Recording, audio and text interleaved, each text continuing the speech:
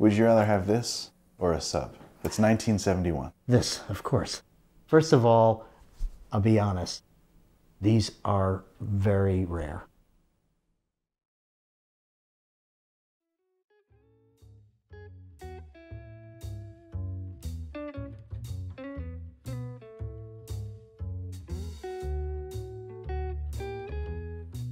Well, Greg, thank you for joining us here for Talking Watches and welcoming us into your home, which really, frankly, feels like a museum, filled with all the things you collect: vintage cameras, old wall clocks, art, and among them, watches, right? And this is just a small bit of your collection right here on the table. What draws you into watches specifically? I've always been interested in things that have a design element, some kind of a personal attachment, some kind of a history that I could learn more about. I think one of the things about watches that is so fascinating is that you can appreciate them from many different angles, mostly connected to history or to your own personal appreciation, even your own story. Every single one of these watches on the table has an interesting historical angle, but let's just start with something like the Triton by Spirotechnique. This isn't your average dive watch. So these watches were made at a time when diving, sport diving, was just starting. Yeah. So Jacques Cousteau started his own dive company called Spirotechnique. And just like US Divers or Scuba Pro or any of these, Jacques Cousteau and his team would have used these things to promote their watch. Right. But also these watches might have been used by military divers or sport divers. And there have a lot of elements that only a diver really could appreciate. Yeah, and the crown being at 12 o'clock, an articulating lug on the top. Very interesting, very French, right? Yes. Speaking of that, this guy kind of has an interesting story as well, isn't that right? So matey-tissot was a company that a lot of people don't know is not related to Tissot. Matey-tissot was a company in its own right, and they were one of the subcontractors that Breguet, who had the contract for the French Air Force to make these flyback chronographs, they would make them for Breguet, and they were sold and delivered to the military. Later, they started making them under their own name. And matey-tissot, of course, made other watches too, using different movements.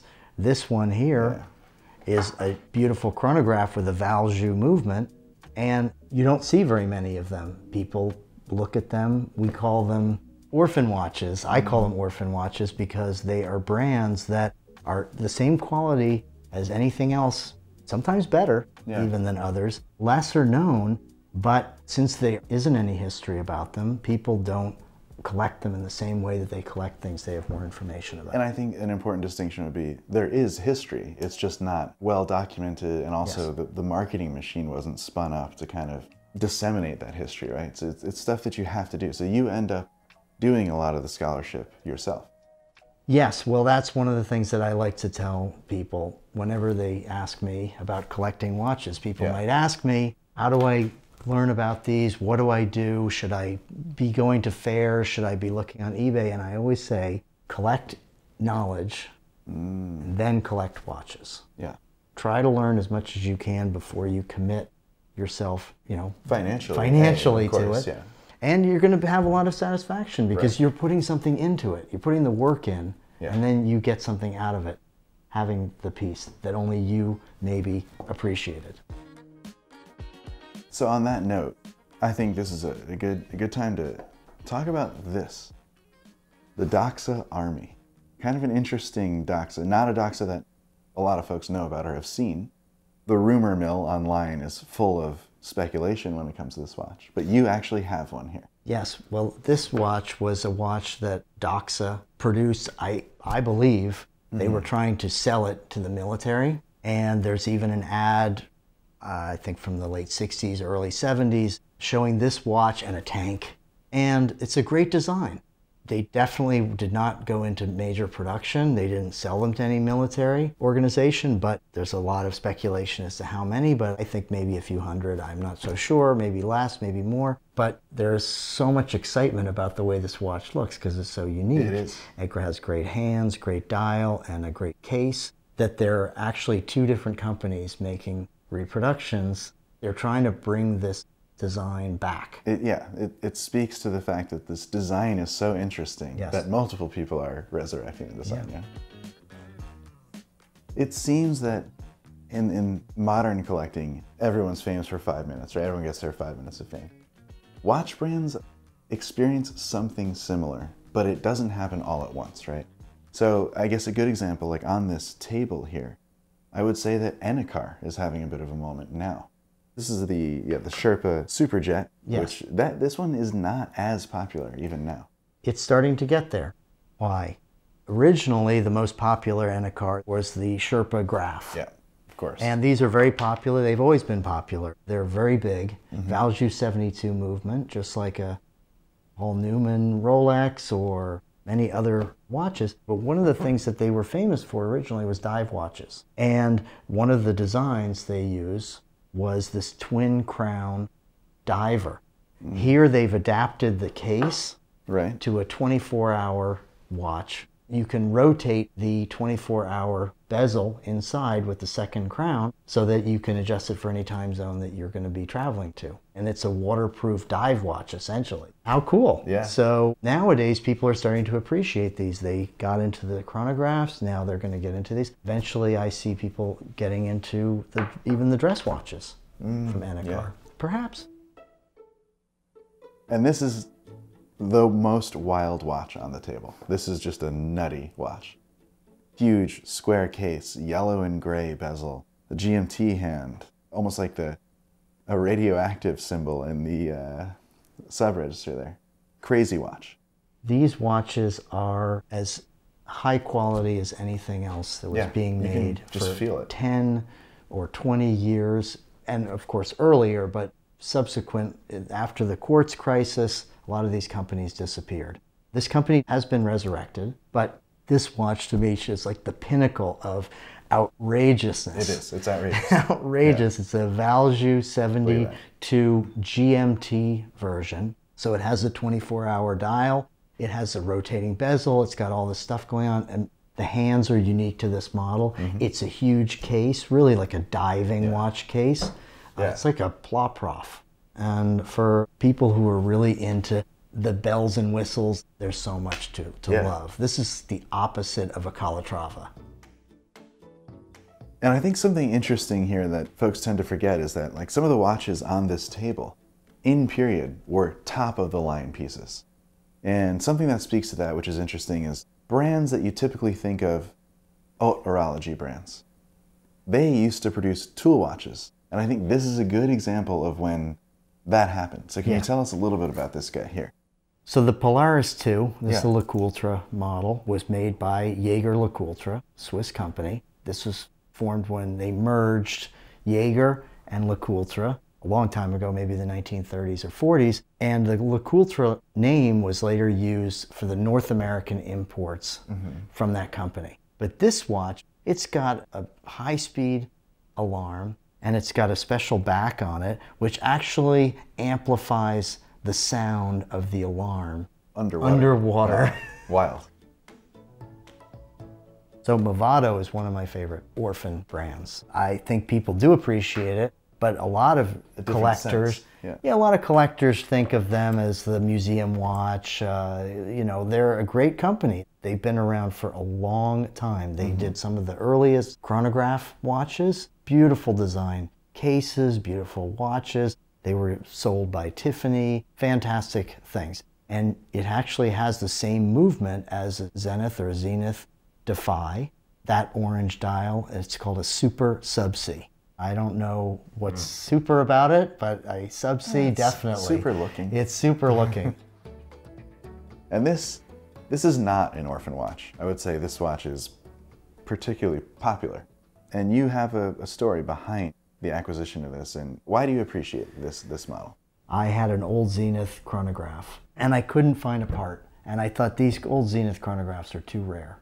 I was looking, and somebody that I know who's another collector said, well, you know those movements were made by Universal Genève. I said, what's Universal Genève? And I looked and I saw, in fact, the movement in the Zenith, which is very rare, was extremely common. It was a Universal Genève caliber 285. There are parts available. It was easy to find. And then I went down the rabbit hole. Then you get into a whole nother world, and when you find out that Universal Genève was this incredible company, and they invented or created what is known now as the tri-compacts. It's basically a moon phase triple date. This is as complex, I think, as a chronograph or any watch could be. These were designed in the 1940s, and they really became popular after the war. The 1950s was it for these kinds of watches. Complicated, gold, beautiful watches. Everybody wanted to have them. And this model is one of the last tri-compacts that Universal Genève produced before they folded up in the 70s. This is an amazing watch. It really is, yeah.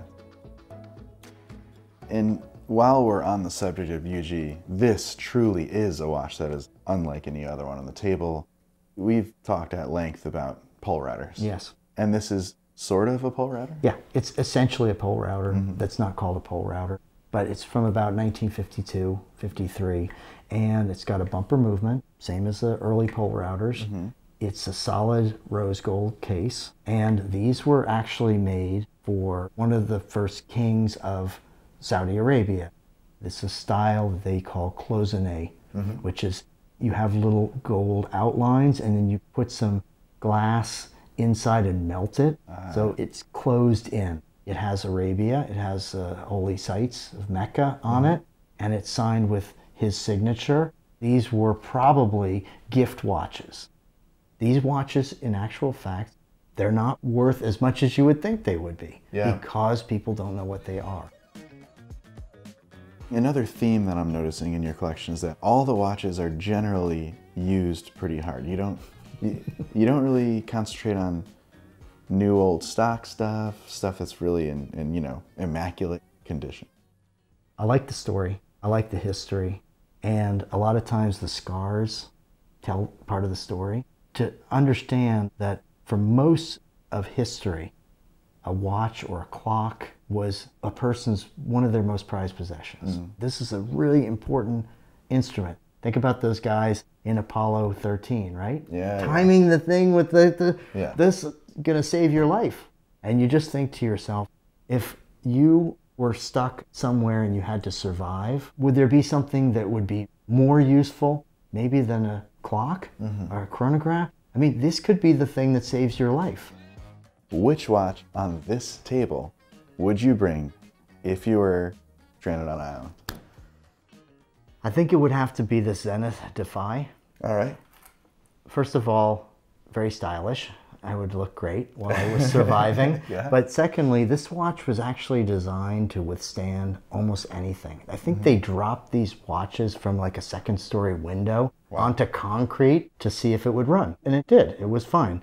It has a rubber gasket around the movement inside. It's completely shock-proof. It has a screw-down crown, so water can't get in and it won't get knocked off.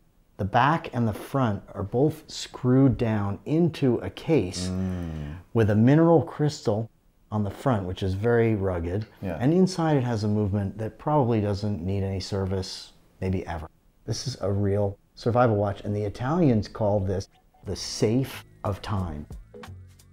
So we've spent all this time exploring the philosophy you developed behind Orphan watches and watches that are underappreciated. And I think one watch on this table epitomizes that, and that is this Eberhard or Eberhard, a brand that has a cult following, surely, but isn't widely appreciated. These big triangle indices, the shape of the case, I don't know for sure, but I think this is probably a HF Huygens and Frere case. They made the cases for the Speedmaster and the Seamaster 300, which have the same lyre lugs, right? But I look at it and I say to myself, you know, this was a very popular style, but this is, to me, this is like the best of that style. Would you rather have this or a sub? It's 1971. This, of course.